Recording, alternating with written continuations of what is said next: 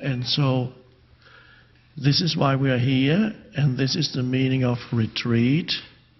It's a retreat from yourself in order to find what the Buddhists would call the no self, or what other teachings would call the deeper self, or the Atman, or your Buddha nature, or the Christ within, whatever term you want to use to point to it. And that's why we're here. So all the external things here are helpful.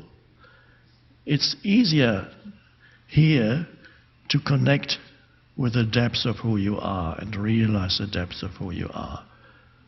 Of course, when you leave here, then you get challenged again. It's not that you don't get challenged here too, and especially if you're still very much identified with the mind, you find many challenges wherever you go.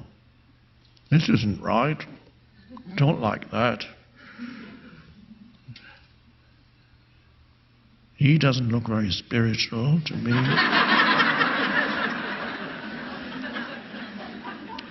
Or the opposite, all these people are so much more spiritual than me. Do they know that I'm not spiritual?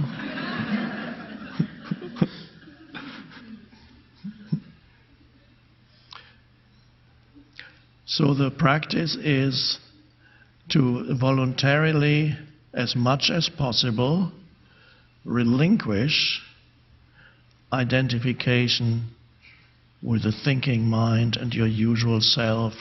And what very much helps with that is just as much as you can. Don't walk around as a heavy personality and person.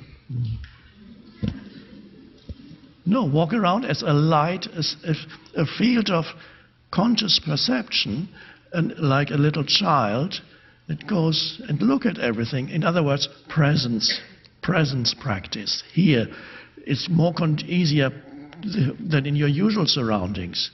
Presence practice, present moment practice. There's a lot of nature here.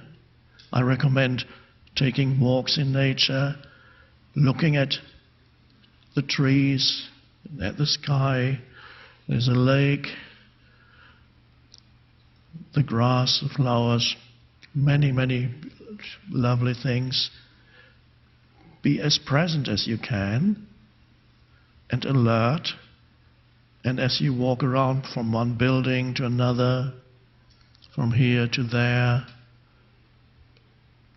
really perceive. That already is a liberation from the usual self. Because you're not thinking, you cannot really perceive your surroundings fully when your usual self is talking to you. And it's probably not talking about this present moment, it's talking about what you're going to encounter when you get back home. Or what happened last week. Or it's doubting that being here is actually a good thing. Or it's criticizing something that shouldn't really be here, but it's here.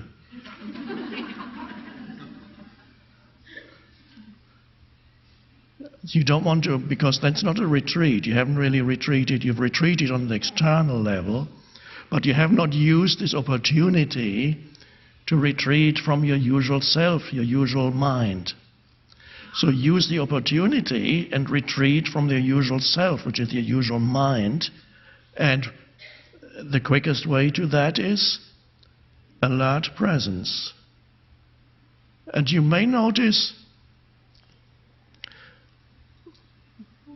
let's say just you're walking from point A to point B, somewhere on the campus here. And let's say you're walking on the way there, it's from your room to the library, and you're walking immersed in your usual self. Let's say it's a 3-minute walk.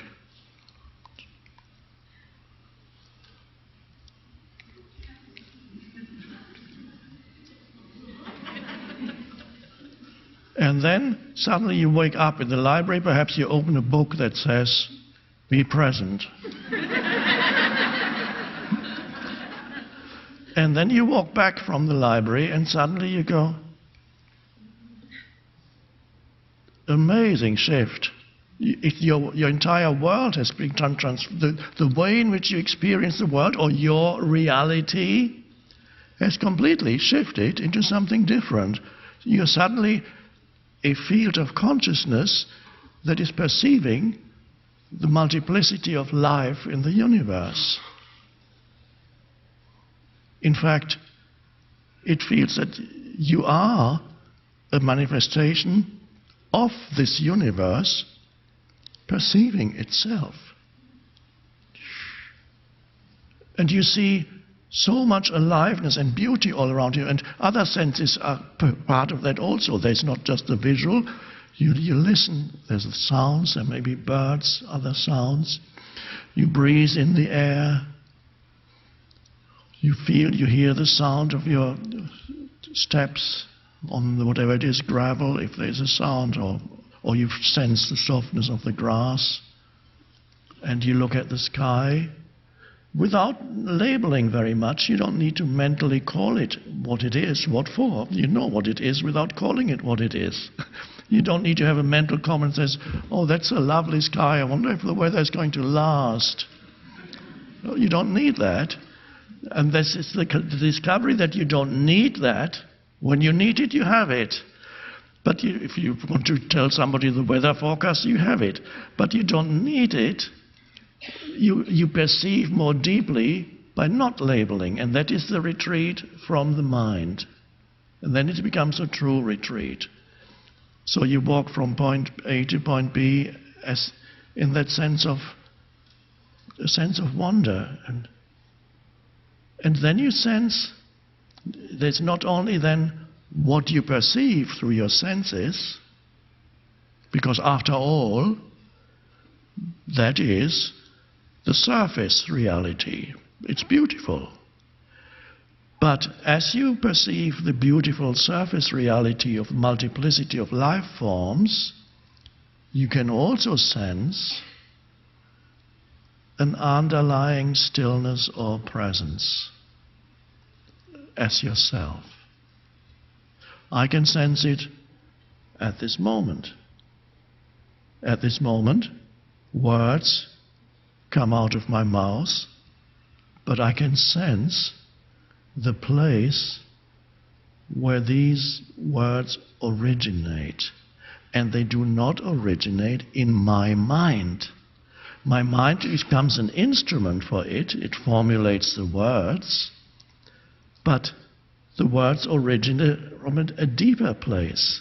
And when you listen to these words, you can also listen to these words from that deeper place within yourself, and something within you responds, not in words, but it's like a recognition of what it is that I'm talking about.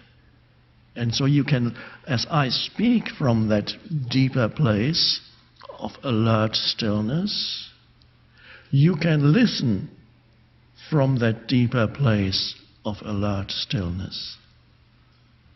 And now that's a real retreat. Now it's become a retreat. So whether you are on a retreat depends, of course, on your state of consciousness.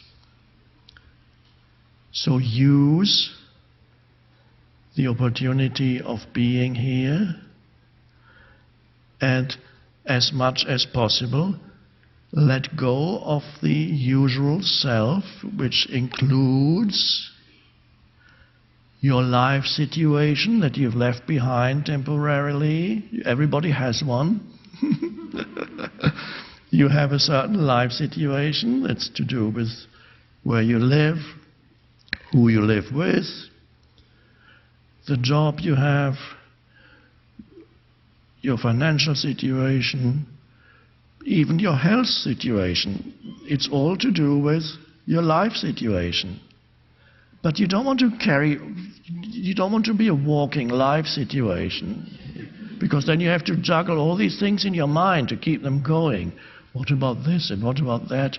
And at least one area probably is problematic in your life.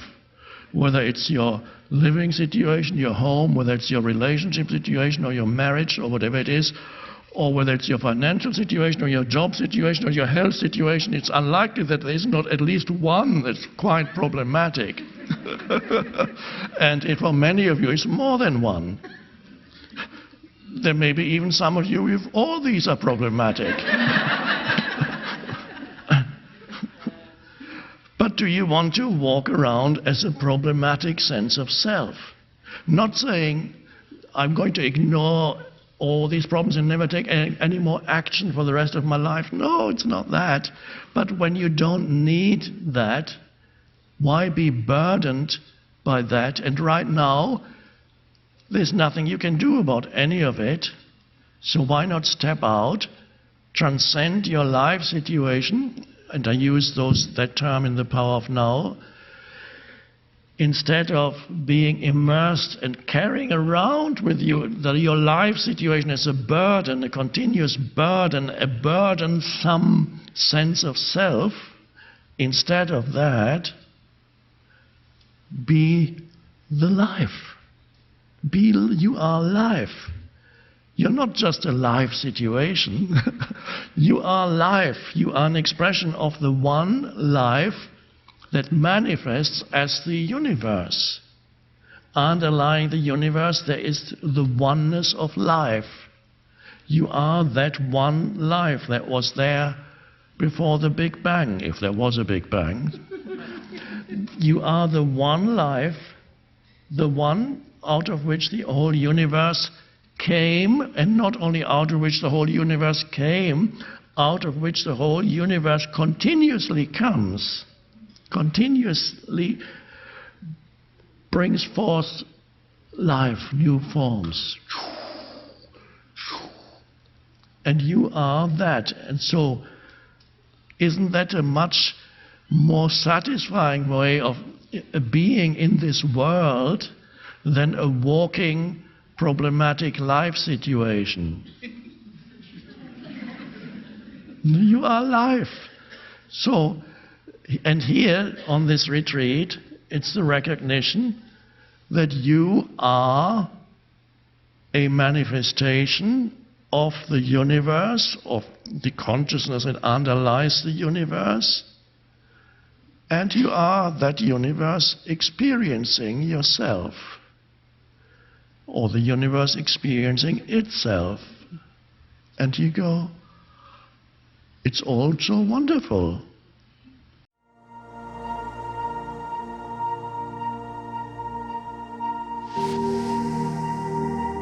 This mind-made sense of self is also much more focused on the negative than the positive.